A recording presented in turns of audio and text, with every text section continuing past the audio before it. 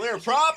Star 73, Cherokee number 2, following twin traffic, 3 mile final, clear Pleasantville. 1 Charlie Bravo, exit in runway 25, going 4 mile final. This is Behind the Prop with United Flight Systems owner and licensed pilot Bobby Doss and his co-host, Major Airline Captain and designated pilot examiner Wally Mulhern. Now let's go Behind the Prop. What's up, Wally? Hey, Bobby, how are you? I am fantastic, as always.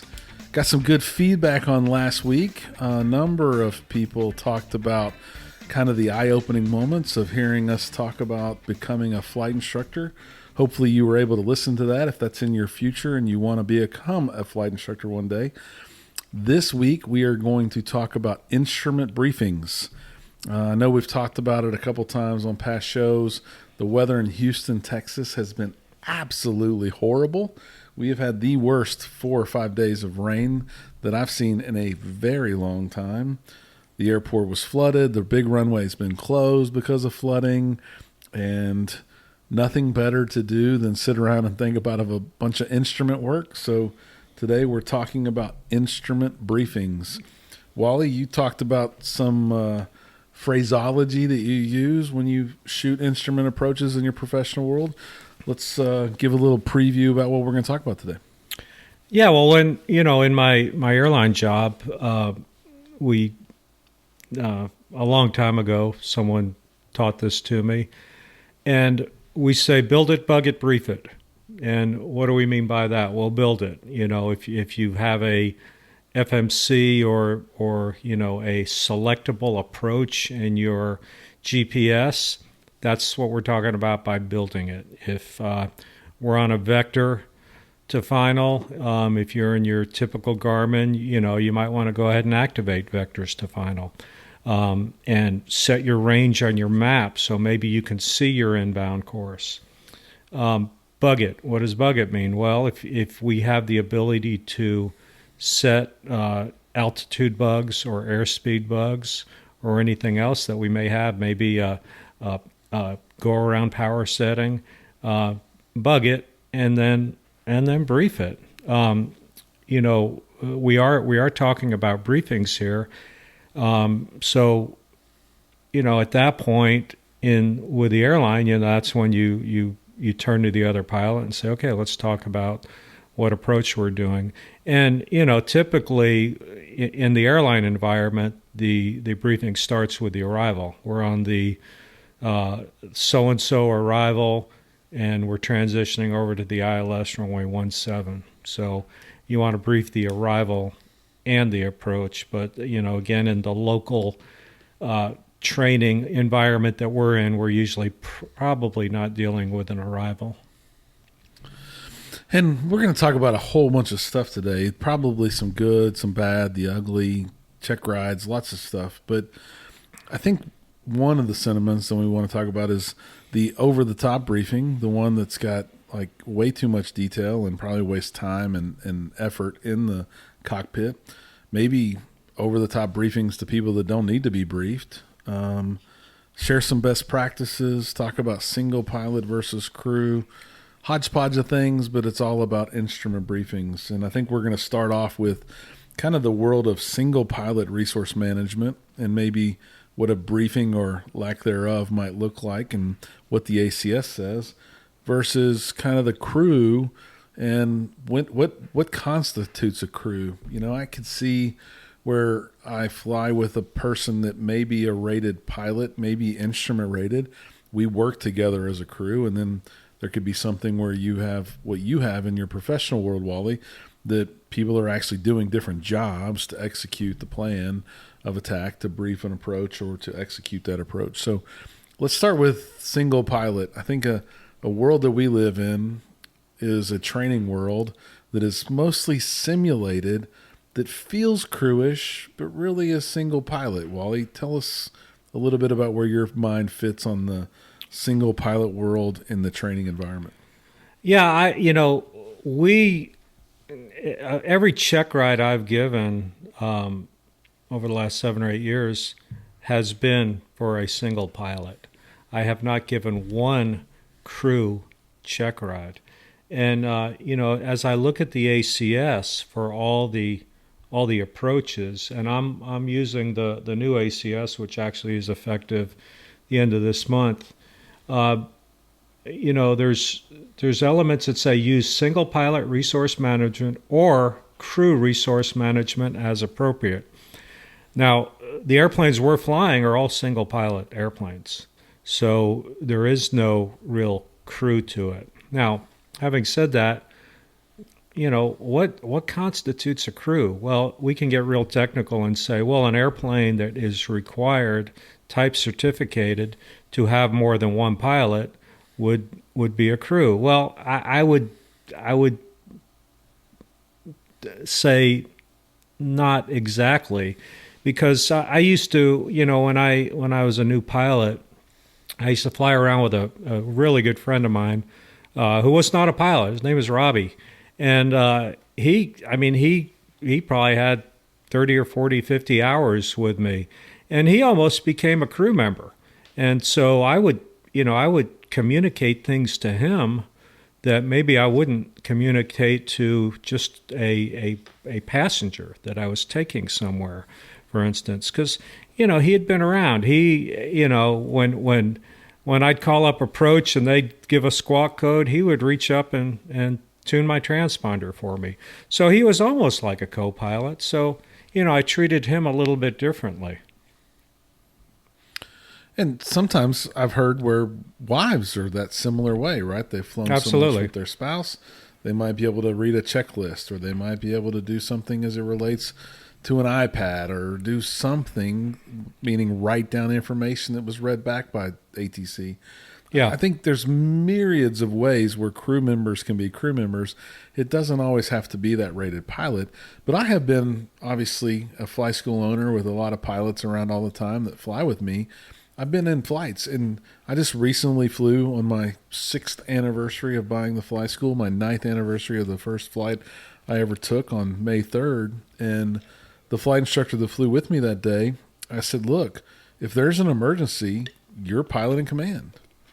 And, of course, he agreed, and we said all this on the ground long before we took off. And we worked together, but he's going to be much more proficient than I'm going to be.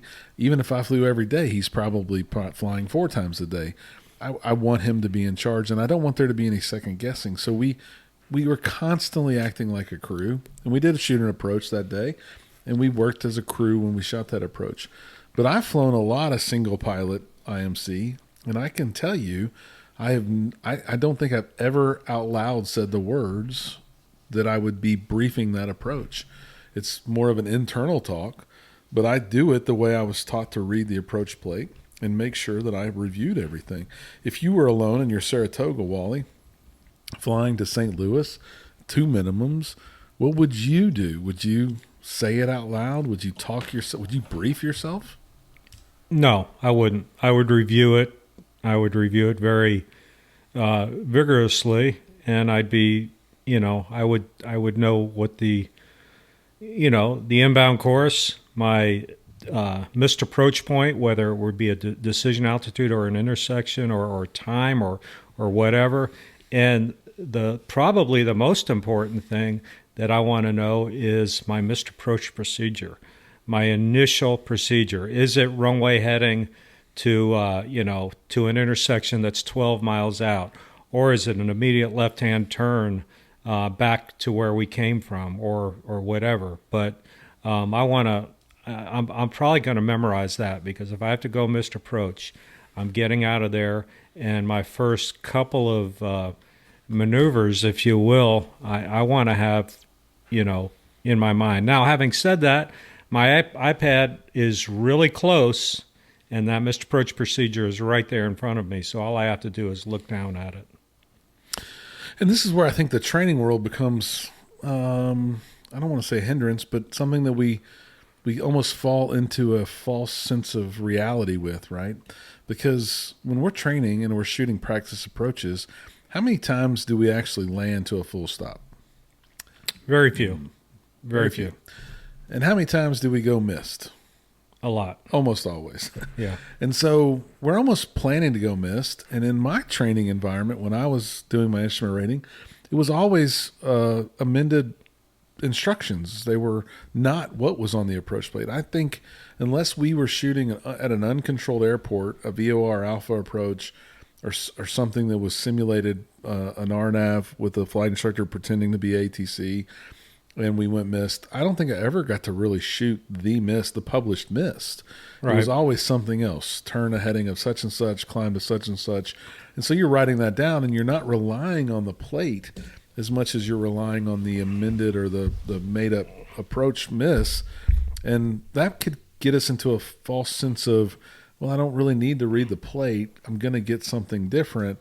But in the real world, in the environment, single pilot, you're not going to get that. They're expecting you to make the approach and land, and when you don't, it's all on you. And I think I would probably fall into a sense of comfort thinking someone's going to give me some instructions. When I say I'm going missed, I'm almost probably thinking they're going to tell me what to do, but I need to be ready. Well, I will say, real world, you're probably going to fly the published missed almost never at a controlled airport. At a controlled airport. Okay. I probably average one missed approach every 5 or 6 years. So wow. It doesn't happen a lot, but when you do go missed approach, more times than not, ATC, at that place will give you, okay, turn left heading 290, climb and maintain 3,000. Well, and I'll say this, you're talking about big jets and big airports. Our listeners are probably somewhere in Iowa and maybe haven't even seen a tower. Right. And if they're shooting something to minimums, they're not going to have that luxury. They're going to be reading that plate. Yeah, that's absolutely correct. So, yeah, the difference in non-controlled and controlled airports is there's a big difference. And I would even say, and I don't know because I've never had to do it, but if I was at Hooks, where we both fly out of, if I were to go missed on a Saturday afternoon at 4 p.m. and I was literally single pilot trying to come home from a trip, would they give me instructions, or would I have to? I would change to approach, and then approach would give me those instructions, right? The tower's not going to change what I'm supposed to do. Very possible that the tower will give you an initial, well, I guess they're talking to approach too, right? Yeah, so they're handing me back off to approach at that point, probably, for sure. Right. So let's talk about some best practices, because I hear a dozen different ways to be best at something at the flight school on a daily basis. But there's a number of different ways that I was taught to brief approaches, to talk to myself or think through approaches. And I did a little research before we started recording. There are a lot of acronyms out there on how to brief an approach. Yeah. And I'm going to share my favorite one, and then I'm going to share my new favorite one after my research, and we'll talk about some of them. So I learned wires, and I learned something that was called ABC, and I love ABC. ABC is my thing. I'm simplistic. I don't think I miss things, but A is for ATIS, B is for brief the approach, C is a kind of squared thing. It's for checklist and communications, and I really feel like I kind of get that all covered in that process. So I love ABC. It's really good, and I'm going to share my new favorite one after that. But we found a lot of them. Wire or wires is probably really common. It's weather, instruments, radios, environment. S is normally for switches. I think that's more complicated, and maybe I'm a simplistic guy. Which one do you hear the most, Wally, or do you hear one more often than not? I will say that quite frankly, I don't ever hear anybody say the acronym. What is very typical, though, on an instrument check ride where we're going from one approach to another approach to another approach, is forgetting the ATIS. And it just happened today. We were going from an uncontrolled airport to a controlled airport, and I told the applicant, okay, we're going to go to airport XYZ. So let's call up approach, tell them we would like this approach to airport XYZ. And he literally called up approach and told them we wanted this approach. And of course, the first thing approach said is, advise when you have information Bravo. So now we're in a little bit of a rough place where we're listening to approach and trying to pick up information Bravo. So we got 2 conversations going, and while the ATIS is going, approach is calling us, and it was manageable, but it wasn't as pretty as had he just gotten the ATIS and then called approach and said, hey, we have information Bravo, because they're going to ask that. So that I do see that a lot, as people forgetting to get the ATIS. Now, you could make the argument, well, we just left from that airport and it's an hour and a half later. I know the weather hasn't changed significantly, but there could be a runway closure. There could be a NOTAM that the approach that we are wanting is not available due to whatever. You need to get that ATIS, and that ought to be the first thing. So in our research, we found a lot of acronyms, and we're just going to throw out a few of them for more funniness than anything, or something you may pick up and be your favorite. One that I saw, because I like ABC, was ABBBC, which was ATIS Build Bug Brief Checklist. We also found airbag, which I think we both kind of like, actually. Airbag is ATIS, install the approach, radios, which would include source, course, frequency, and identify. B would be brief the approach. A would be approach checklist, and G would be go around.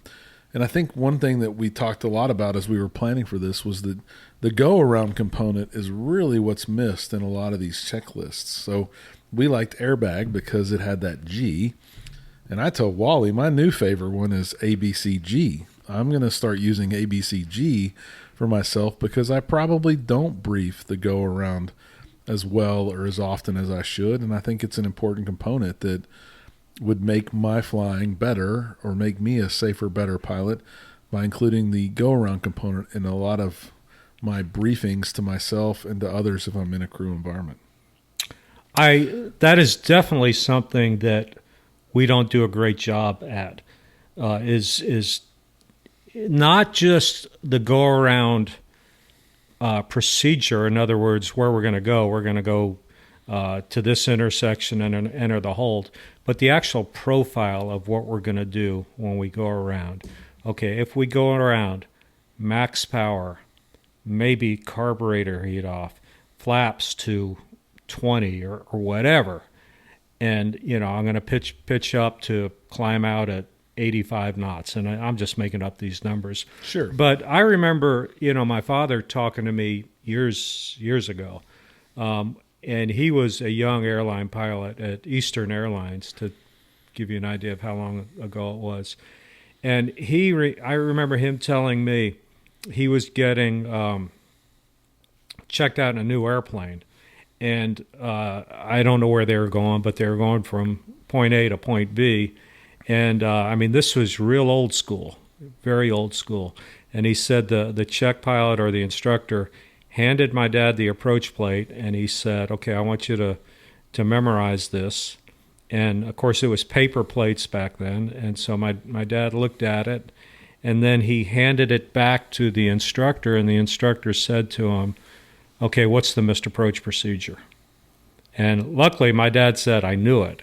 And so he kind of looked like a shining star there by knowing the missed approach procedure. That might be the most important thing on that approach plate, is the missed approach procedure. What are we going to do if we get down and we don't see the runway? Because, where are we? On an ILS, you're 200 feet above the ground. On a Cat 1 ILS, on an RNAV approach, maybe you're 300-400 feet above the ground. You're close. You're close. And as long as I've got altitude, I'm all right. But down at 200 feet, you don't want to be fumbling around. And I see that. On an instrument check ride, you're going to do a missed approach. One of the approaches is going to be to a missed approach. And I can't tell you how many times we're flying to the airport to do our third approach, and the applicant says, wow, the airplane's just not performing very well. And I'll just say, yeah, it's not. And then sometimes that will be followed by, there's this weird vibration too. And I go, yeah. Oh my gosh, the flaps are still down. Something like flown that. 10 minutes across town. And made it 5 miles. Yeah, exactly. Well, I do want to share one of the funny ones that I found, and maybe it's your wheelhouse one if you're listening out there, and if you are, you're better than me. But supposedly it's pronounced Ramorts, and it's WRAMORTS. You might have to rewind and listen to that again, but it's weather, runway, approach type, minimums, overshoot, radios, timing, and speeds or special instructions. Now that to me, Wally, kind of leads into the next segment of maybe over the top talking or over the top doing it. Maybe that's the way somebody has to think about it, but let's talk about what is the DPE expecting from me on a check ride as it relates to briefing and instrument approach, I'm assuming, on an instrument check ride. What is that DPE evaluating me on as it relates to me briefing the approach? Well, I'm looking at the ACS, and there's nothing in the ACS about briefing and approach. What is the ACS, Wally? What is that? Airman Certification Standards. That's the open book. It's the test. And there's nothing in there that addresses briefings. It as I said earlier, it says use single pilot resource management or crew resource management as appropriate. Now, I'm not part of the crew as a DPE. I'm not your co-pilot. Okay, I've had people say, I just dropped my Apple Pencil. Can you reach down and get that? Well, I can do that because a 10-year-old can do that. So I'm fine with reaching down and grabbing your Apple Pencil, but I'm not a crew member. And so you're saying that if I was on an instrument check ride today, and you weren't giving me the check ride, and I did not brief the approach to the DPE, but I shot the approach, and I did the ATIS, and I did all my checklists, and I went missed, and I did the right miss, that the DPE can't hold that against me that I didn't talk him through the approach. No, I didn't say that. Him or her. I said I wouldn't. I would not. Okay. Yeah. I mean, I think we have come up with this. I don't want to say expectation. I mean, that's what everybody does. I'm not saying it's right. Everybody wants to brief the approach. I'll say this: if you're going to brief the approach, then brief it. In other words, don't just read stuff.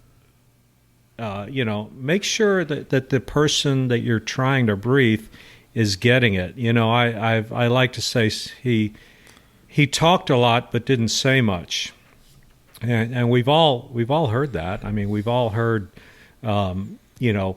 people go on and on and on, and at the end of it, you're thinking, well, okay, I didn't get anything. I didn't learn anything from this. So some of the briefs I get, on approach briefings, they just go on and on and on and on, and boy, they get down in the weeds. All kinds of things that, who cares? Yeah, and so I guess, and again, you don't know every DPE in North America, but if someone was to sit down with a DPE or they were going to do a check ride, how would you maybe advise an applicant to address the briefing with the DPE? Would it be appropriate if I said, hey, I know we're going to shoot a number of approaches today. Normally I talk myself through the approach. Do you want me to talk you through the approach to demonstrate my knowledge? Or is that kind of over the top quirkiness before a check ride as well? I would say so. I'd say just keep doing what you're doing with your instructor. If probably your instructor is having you brief it. And it's your instructor's way of knowing that you know it. But having said that, tomorrow, when you're now a newly minted instrument pilot, if you're flying your mother somewhere, I guess I would say, are you going to brief your mother? And maybe you are. Probably not. Probably not, but I might talk them through what to expect. Like, hey, we're above the clouds now. You're not going to see anything for a while. I've got everything on these screens. Don't worry. We're going to be fine. I'll be talking to ATC. But that would be much more of a realistic brief. That wouldn't be, Mom, the date on this approach plate is valid. Right. Mom, this is an ILS. I think part of the training environment has created this, I won't call it a monster, but this mindset that we do it this way because we're learning how to do it. In reality, if my wife was with me and we were flying to Fayetteville, Arkansas tomorrow, I don't think I'm going to talk my wife through the approach. I think probably 50 miles from Fayetteville, I'm going to have a really good idea of what approach I'm going to request if I get the option, or I'm going to know what the winds are and what I think I'm going to be flying at the airport that I'm going to. And I'm going to probably pull up that RNAV or that ILS and talk myself through it, make sure I'm in my mind ready for all those things. I'm going to do my ABCG now. I'm going to plan to listen to ATIS when I can hear it. I'm going to think through the approach or brief it to myself. I'm going to be ready with my checklists and my communications. They're going to be all programmed correctly. And then I'm going to know my go around. And that's maybe something my wife won't know ever happened. Yeah. The KISS method, KISS, stands for Keep It Simple, Stupid. I'm a big subscriber of that. I know we're not talking multi-engine airplanes here, but I'm just going to use an example. I've got a lot of multi-engine stuff going on this week, so I'm going to hear lots of briefings. And I hear some of the most detailed briefings of what we're going to do if we take off and we lose an engine, and they go in all kinds of details, and the briefings are all over the place. Again, it's nowhere in the ACS does it mention the requirement for that. My briefing for my multi-engine students, which I have had a couple of multi-engine students over the last couple of years, for our takeoff briefing is if we're on and this is assuming that we lose an engine. If we're on the ground, we're going to stay on the ground. If we're in the air, we're going to stay in the air. And that's it. That is it. That's the KISS method of my multi-engine takeoff briefing. And, that's pretty important because not everyone knows that, right? Not everyone thinks that's simplistic, and that maybe gets people in trouble. So next time I fly the twin, with or without you, I'll make it that simple because there's really not much more to it. Right. That's really, maybe stay above red line. I don't know, but even then, that's probably pretty much assumed or considered. Yeah. So don't overdo it on your check ride. I think there's probably a DP out there somewhere that maybe wants the 30 bullet brief, but that's probably not the norm. As Wally said, reference the ACS. It's not necessarily part of the ACS standards, which means it's not required, but you might be asked to demonstrate some part of it, so be prepared. But anything to wrap up, Wally, on instrument briefings? No, and when you were in a crew environment, it's a totally different set of rules. I mean, you definitely want to make sure you and your flying partner are on the same page, and literally on the same page. I mean, it's a lot easier now with electronic flight bags. But back in the day, we always made sure that we had the same approach plate, the correct revised approach plate. I'm ILS to runway 8 left, 71-2, dated 10 January of 24. Oh, gee, I've got 9 September of 23. Okay, well, you didn't update your JEPs like you were supposed to. But anyway, and again, I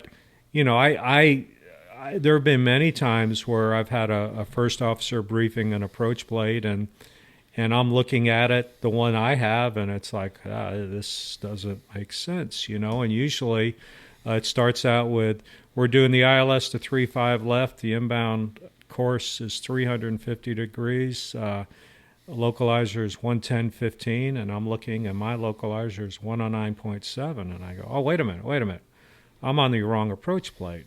So, you know, we caught it. We caught it pretty early, and we're able to get on the same page. So yeah, again, but when you start flying in a crew, you're going to be trained. You're going to be trained how that particular operation wants you to brief the approaches and all that. So, you know, what we're getting right now in our 172s or our Warriors, you know, may not be exactly realistic. Well, I know that many of you listening have dreams of flying bigger jets and not just 172s and Warriors. And I'm going to promise you that the fundamentals you set while you're in your training environment are going to stick with you for years to come. You should take Wally's advice and know you're going to learn a different way one day, but do it the way you're doing it now. Make sure you're working as a crew when you have that opportunity, and understand that maybe it's not in the ACS to do the full briefing. And KISS, keep it simple, is probably one of the best things that you can keep in mind as a new aviation acronym. And as always, when you're flying an approach or briefing an approach, stay behind the prop. Thanks for listening. Thanks for checking out the Behind the Prop podcast. Be sure to click subscribe and check us out online at BehindTheProp.com. Behind the Prop is recorded in Houston, Texas. Creator and host is Bobby Doss. Co-host is Wally Mulhern. The show is for entertainment purposes only and is not meant to replace actual flight instruction. Thanks for listening, and remember, fly safe.